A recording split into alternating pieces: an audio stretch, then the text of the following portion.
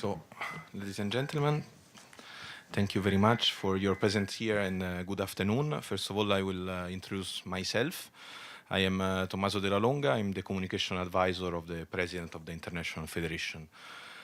Give me the opportunity to thank the UN Office of the Spokesperson for the Secretary General that they host us here today. I'm pleased to introduce on my right, Francesco Rocca, President of the International Federation of Red Cross Red Crescent Societies and President of the Italian Red Cross. On my left, Richard Blewett, which is the head of the International Federation delegation to the United Nations here in New York. As some of you will know, the International Federation, the IFRC, is the world's largest humanitarian network made up of 191 national societies all around the world. Our volunteers are present in tens of thousands of communities around the world, including at points along migration routes. On a daily basis, Red Cross volunteers are doing what they can to support or care for vulnerable migrants. They see every day the growing suffering of people. Often, this suffering is the result of increasingly restrictive migration policies. This is what we want to talk about today, together with the report that we will present this afternoon. And you have some copies of the report at the entrance of the room. So I'm pleased to hand over to our president that will have his own statement. Thank you.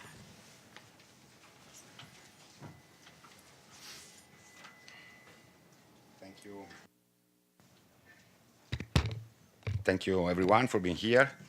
So I'm honored to represent the International Federation. As Tommaso said, it's the world's largest humanitarian network made by 191 national Red Cross and Red Crescent societies. Thanks to our 12 million volunteers, we are ready to support people in need in every part of the migration trail in country of origin, transit, and destination. We are here during the final round of negotiation of the Global Compact for Safe, Orderly, and Regular Migration to present our new report, where we are calling on governments to remove the barriers that prevent vulnerable migrants from accessing basic services and humanitarian aid. All people, regardless of immigration status, should have access to basic services and humanitarian assistance. There is no need to mistreat people to have proper border control. Preventing access to adequate food, basic health care, and legal advice about their rights is completely unacceptable. Everyone has the right to be treated with dignity and respect. In our report, which is available here and online, the IFRC identifies several factors that prevent vulnerable migrants from accessing the support they need. Such factors range from the overt includes the fear of harassment, arrest, or deportation, to the less obvious, which can include prohibitive costs, cultural and linguistic barriers, and a lack of information about their rights. In addition, in some parts of the world, governments are enacting laws that effectively criminalize humanitarian assistance, including search and rescue and emergency assistance for undocumented migrants. And this is not done only by law, but let me add, because this is, for me, is a humanitarian imperative to underline. It's about even the narrative.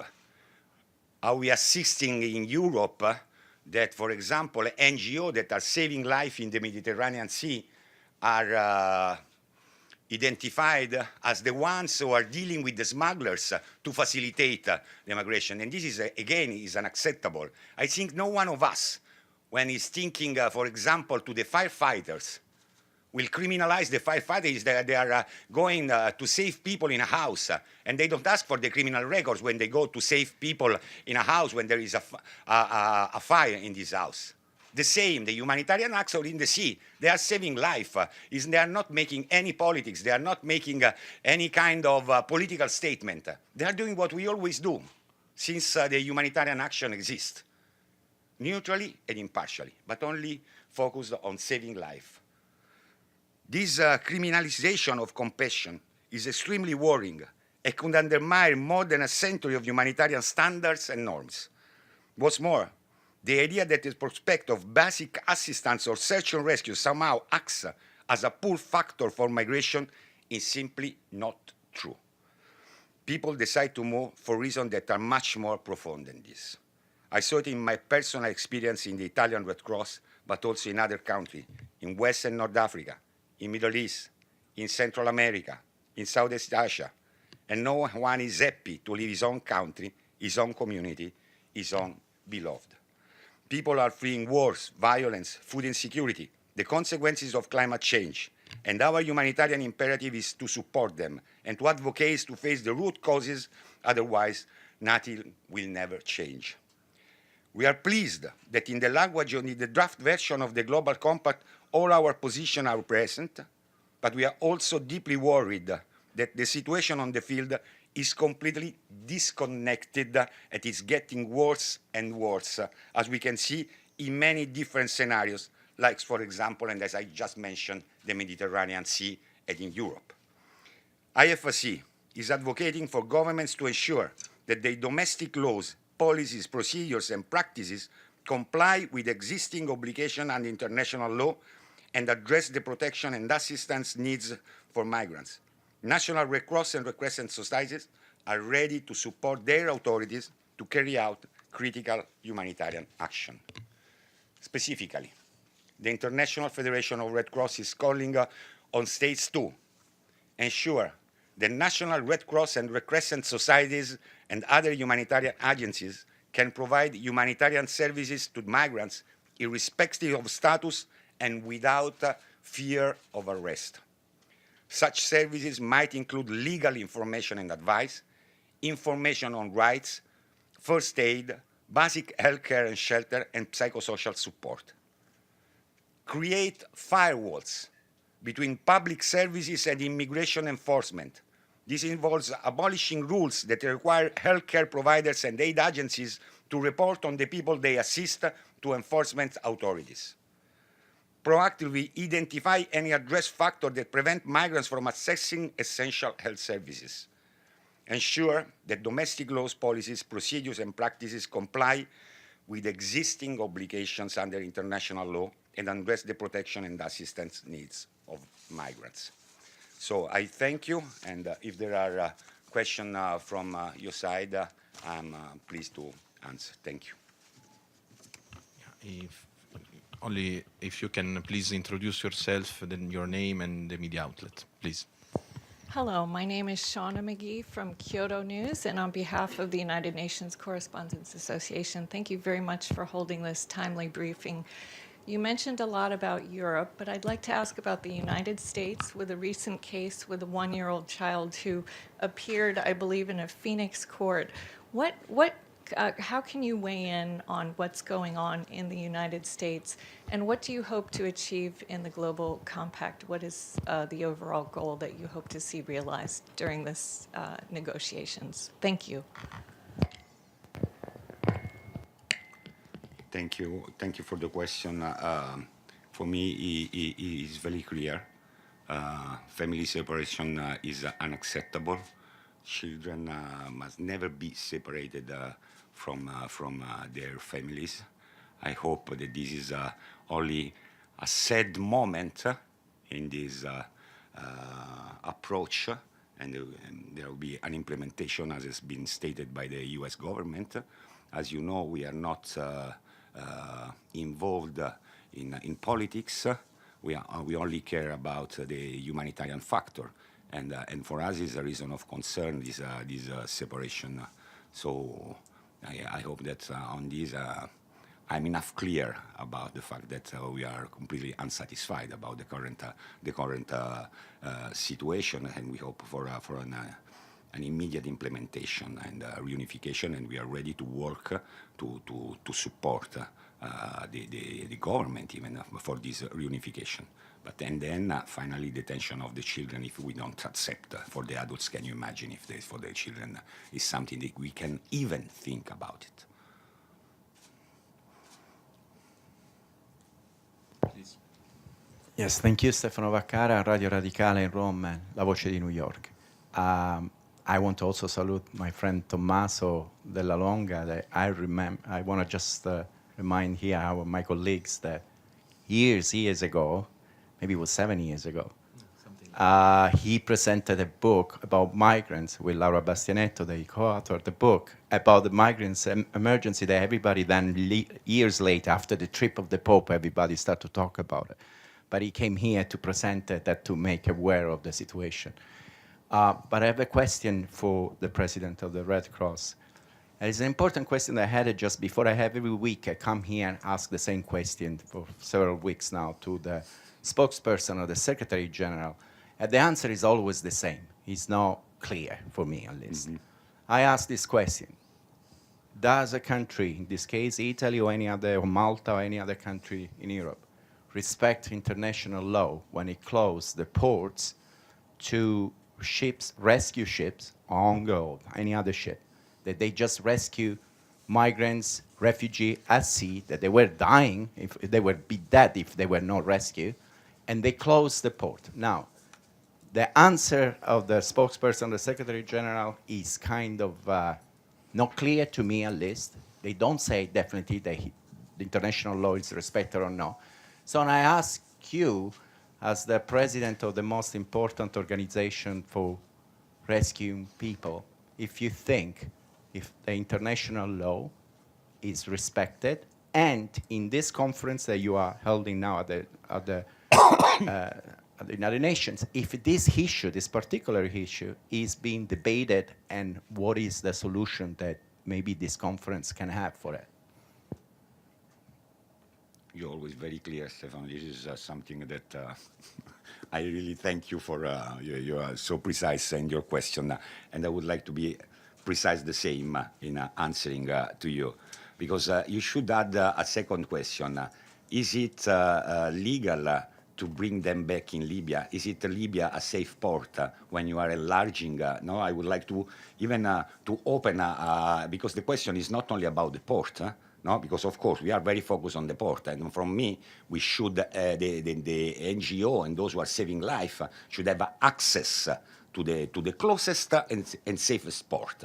This is the. So I think that the international, I think EU from one hand, but even the UN should identify. Someone should tell us which is the closest and safest port. Because this is the ridiculous part. Because the norm is not saying they must go in Italy or they must go in Malta or in Tunisia or in Libya. The international law said something different. The closest and safest port. Which is the closest and safest port? And then, so this and this, on this I have an answer from my perspective, but no one stated something differently. For me, bring them back in Libya is unsafe. And this must be very clear. So the violation is not very clear when it comes, it should be Malta, France, Italy, Spain, Greece, or Tunisia, or whatever. It's more about, and this is the biggest reason of concern, enlarging in the international water and the search and rescue area, and bring them back in a country which is not safe. Because if it's not safe for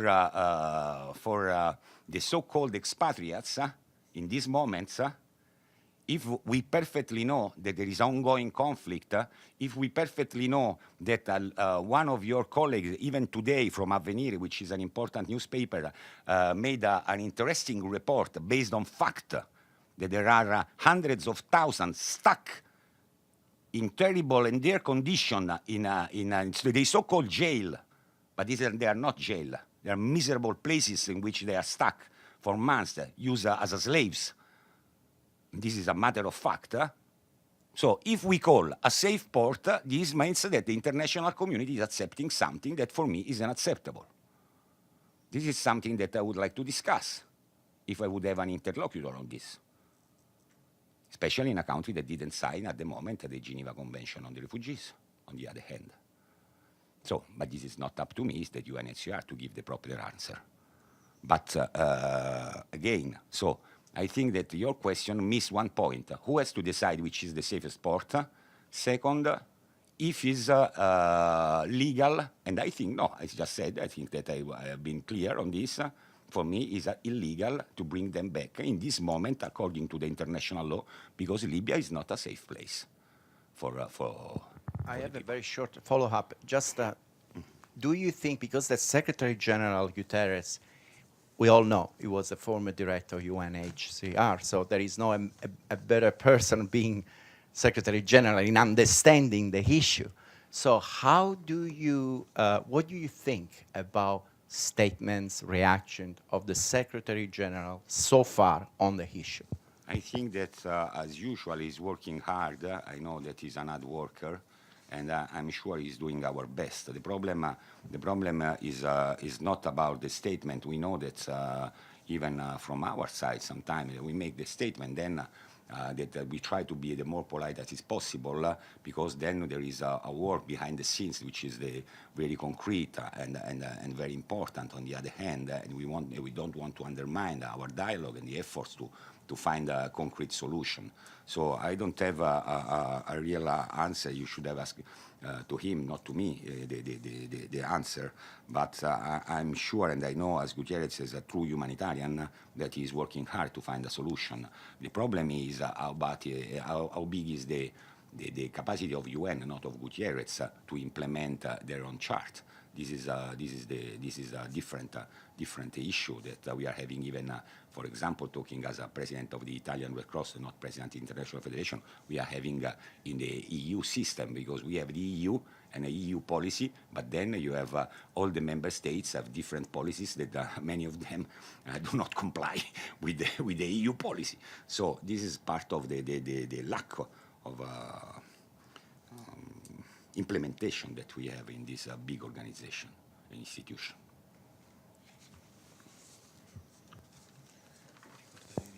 Thank you. Mario Villar with Agencia EFE from Spain. On the situation in the Mediterranean, there's been more and more of a debate and political statements getting tougher and tougher in many countries, like Italy, for example.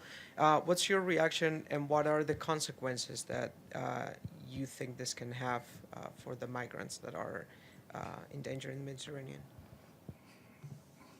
So if I understood correctly, but my concern is about the narrative. You know, as I said, there is a criminalization of the migrants and of those who are working hard supporting them. And on this, I didn't listen in the recent months, or let me tell you, years, not only as a motto, some time, to implement the capacity of the so-called Western countries to support the development of the countries from which many of the migrants come from, and are still addressing the root of the migrants as an emergency and not as a matter of fact. And this is another aspect. As I stated several times, I started to be a volunteer in 1988, working in Rome with the refugees and migrants coming from the Horn of Africa. After 30 years, we are still receiving migrants coming from Eritrea, Somalia, and the Horn of Africa. So this is the emblem of the failure on addressing this politics as an emergency, because then there is can you imagine how did it cost? No? And the same efforts could be spent in the country of origin. Maybe in these days we are celebrating, we hope, the peace between the two countries, but it was thanks to the efforts of the two countries, not the thanks. We cannot thank anyone else. So on this, my concern is that the political approach on this is feeding the xenophobia, it's feeding the extremism, is feeding this violent reaction that unfortunately is growing in Europe and is growing and growing. So there is this lack of moral responsibility in addressing, and even in the linguistically talking, in wording the statement that the politicians made some time. And that the civil society is very divided in this moment. It's really something. It's an issue that is very difficult also to touch every time in the social media. When even as a humanitarian organization we try to deal with this, we receive immediately tens and hundreds and sometimes thousands of insults. This is very overreacting on this. Even when the Pope made some humanitarian statements, so you can see how the civil society has changed from this kind of reaction. Maybe Stefano Baccara, you remember, 3 years ago, the civil society in Europe was in 2014 and 15 celebrating the humanitarian response, the humanitarian solidarity. How our society has changed in the last 3 years. It's something so difficult to understand. But of course, it's been maybe one of the causes this kind of wording, that used by the politicians everywhere, not only in Europe, because here it's a global issue. This is something that I would like to remember, that it's not only about Europe, but it's something that is... Thank you very much for this press briefing. My name is Abadi from the paper Le Dossier. I have 2 questions. Your report is titled New World Order. Whom is it directed to? Do you name the continent and the countries that erect walls? And second, in addition to the legal and security aspect of migration, do you believe that there are also moral aspects to the issue? And do you deal with them in the report? Thank you. Thank you for your question. When we thought about the title, we didn't honestly think only about the physical wall, but it's about the narrative. It's not only about what is happening in some at some border in Europe, in America, or in other countries. But it's because this is not only what you can see; it's very visible. But the reality is something more complex that we have, which we have to deal on a daily basis as a volunteer organization. And in this kind of wall that is separating human being from human being, that is the reason of concern from a humanitarian. We bring the humanitarian perspective on the discussion. We are not so. First, it's about our principle. We are neutral and impartial, so we don't be involved in politics. We don't have the ambition to be involved also. The problem is to bring the humanitarian perspective in the political discussion. We respect the need for every country to protect their own security and their own border. We don't question this. We are asking to the government how you are dealing with the human beings, which is now related to the migrants, but we are dealing with those who are in vulnerable condition. So we are talking about vulnerabilities. And when we see that this is coming from a political debate to a humanitarian debate, when people is discriminated because their legal status, this is become immediately a reason of concern for the humanitarians. This is the approach. It's not about criticism for political decisions. We are critical and we are very vocal when we see the dignity of human beings is put at risk. And I'm very vocal. This is how I'm always been very vocal. And I think that this is also one of the reasons I've been elected as a president to deal with this increasing number of reasons of concern about the dignity of the human beings. But it's only about this. So we are never neutral and impartial when the dignity of the human being is at risk. This is my answer.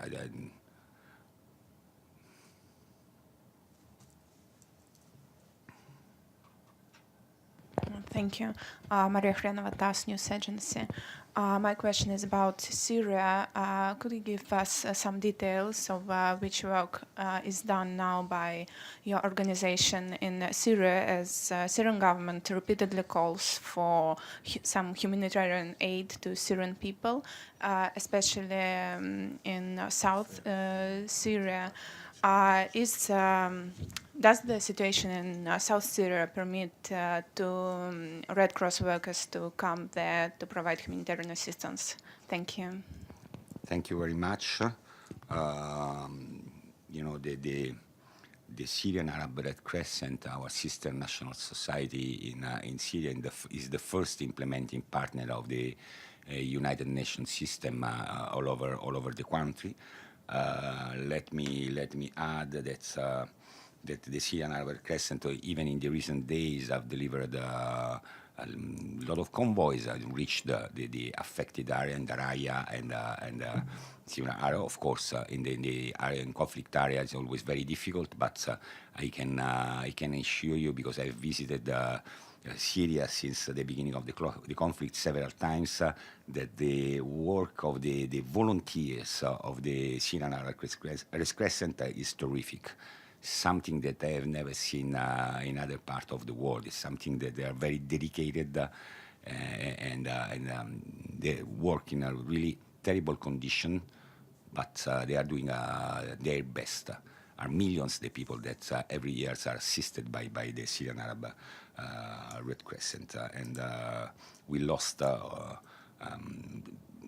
tens of people, tens of volunteers and staff on the line of duty since the beginning of the conflict.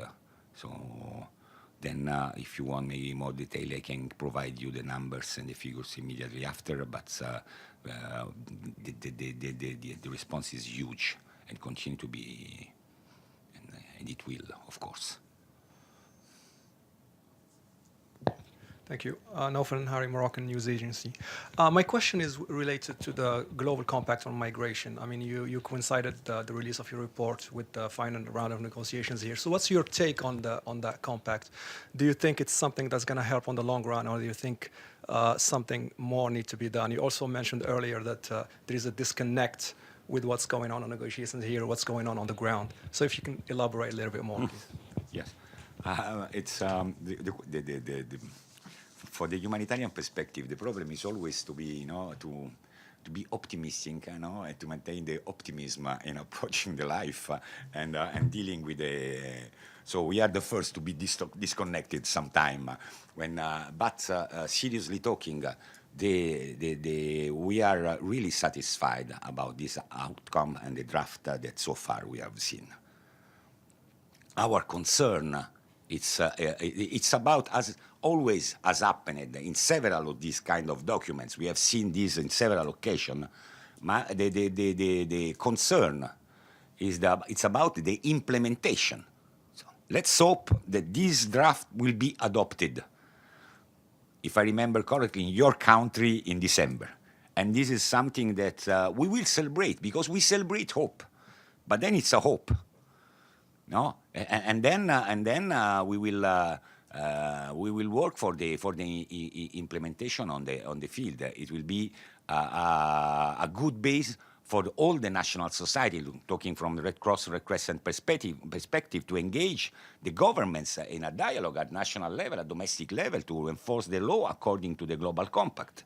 So there is a reason to be optimistic, but then, of course, as I said, there are several reasons of concern about the daily life of the humanitarian, and particularly the daily life of the migrants and those who are fleeing their country because poverty, because violence, because climate change, and there are several factors that are not properly addressed by those who should.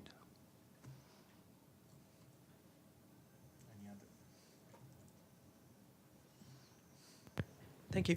I just wanted to ask you about the situation last month with the ship that ended up being accepted in Spain after being rejected in Italy and Malta. Do you think this can be any beginning of a change in what is happening in Europe, or do you think it's more of something symbolic, a gesture from the Spanish government? Thank you. Honestly, I don't have an answer. I hope that was only a symbolic.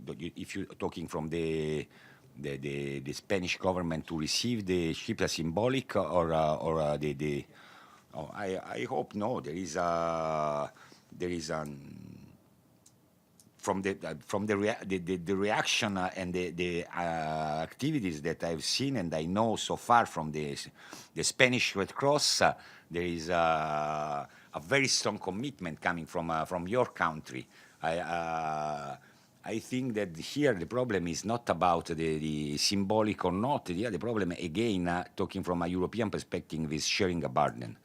It's not acceptable that Greece, Italy, and Spain has to take on their shoulders the entire burden of the pressure coming from the country, and then there is a need to implement it, to have a better dialogue among the countries of the EU.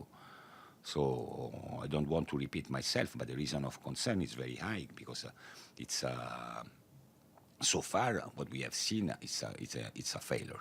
Going back to your country, I hope it will continue in case there will be other need. We have seen that it's not only about the case in Sevilla, but it's about in Valencia. Sorry, it's even recently in Barcelona they received another. So it's I had no doubt about the will to support and to share the burden from Spain.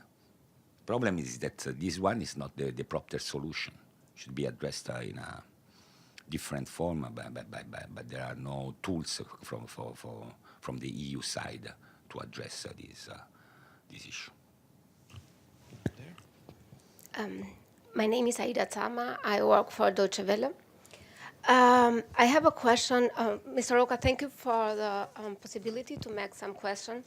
I just came from Europe, and it was a lot of political discuss there and deciding about asylum system, a new asylum in Europe. Do you have a comment on this? And they are also talking about building some hotspots or platform or whatever they are calling them in Northern Africa or Western Balkan. I am asking especially about Western Balkans because I want to know what's going on in Bosnia, Serbia, and Albania. Thank you. Yeah, you're welcome. Let me start with the final question. We know perfectly that in Bosnia now there are thousands stranded in Bosnia because, as I said, we are on the field, and the Bosnian Red Cross is on the front line working hard to assist these people. And let me add also that what is happening in Bosnia is again the sign that there is no policy to stop these people, because now they are trying again with the Balkan route. Then no one is talking, but from Central Asia, there is another route that those who want to flee are using to reach Europe. So the situation is not easy. And about the debate, of course, if I understood you are back from Europe. Yes. Yes, it depends from Europe, no, because there are several Europe. So this is let me joke on this with all the respect, but because this is part. The concern is about the growing of xenophobia. The concern is about the negation. There is no. As the new member of the EU, Every discussion in Europe, unfortunately, seems to me that is not based on evidences. The discussion of political asylum, the discussion about the migration, the discussion about the invasion, the discussion about everything. If you then about look Frontex, at yes. Look at the facts, and so the same with the asylum. In my interpretation, but this is up to the EU to make its own policy. For me, it's the dignity of everyone must be protected. Having said this, of course, it's a matter of fact, again, because we as Italian Red Cross, we received 600,000 migrants in the last 3 years. We are on the docks every day to receive those who are fleeing Africa. And I can say with no fear to be that someone can prove the opposite, that the vast majority of them don't want to stay in Italy. So this is a European problem. It's not so. Then when someone is recognized as in need of protection, so then I think is really something that the EU should be better addressed. So the Dublino, it should be modified, I think. It's not working the way it's working now. And on these hotspots? On the hotspots, honestly, it's a reason of concern because every time that the people I said personally, I'm against the detention of the people. So this is so again here and then. I've met the authorities in Niger, and I was impressed by the rational approach that they have. And they told us, you are coming here, I was talking to me as a European in that moment, and not as a president of the International Federation. You are approaching all in terms of security, help us in terms of development. So I think that's to better address and to have center in which we can create finally humanitarian channel, these are most welcome. If there is a place just to detain people, of course, it's a big reason of concern. So this is but the work, for example, in Niger is huge, is immense. I visited in Agadez, the centers, and the work that is done not only by the Croce, the IOM, UNHCR, all working together. The head of UNHCR in Nigeria she's a friend of mine. She's doing an exceptional job there. So but the hotspot is not the right answer. We are not working even in Italy as Italian Red Cross in the hotspot that were created by the government because we don't want to be involved in detention of people that didn't commit a crime. Because this is another fact. Detaining people that didn't commit any crime. Hi, I'm from News Agency of Nigeria, Prudence. Please, I want to ask, what are you doing? I'm here. Yeah, what intervention are you carrying out in northeast Nigeria, where Boko Haram attack is very rampant? And are you also in any negotiation with the Nigerian government to secure the release of the abducted Chibok schoolgirls and also the Dapchi schoolgirls?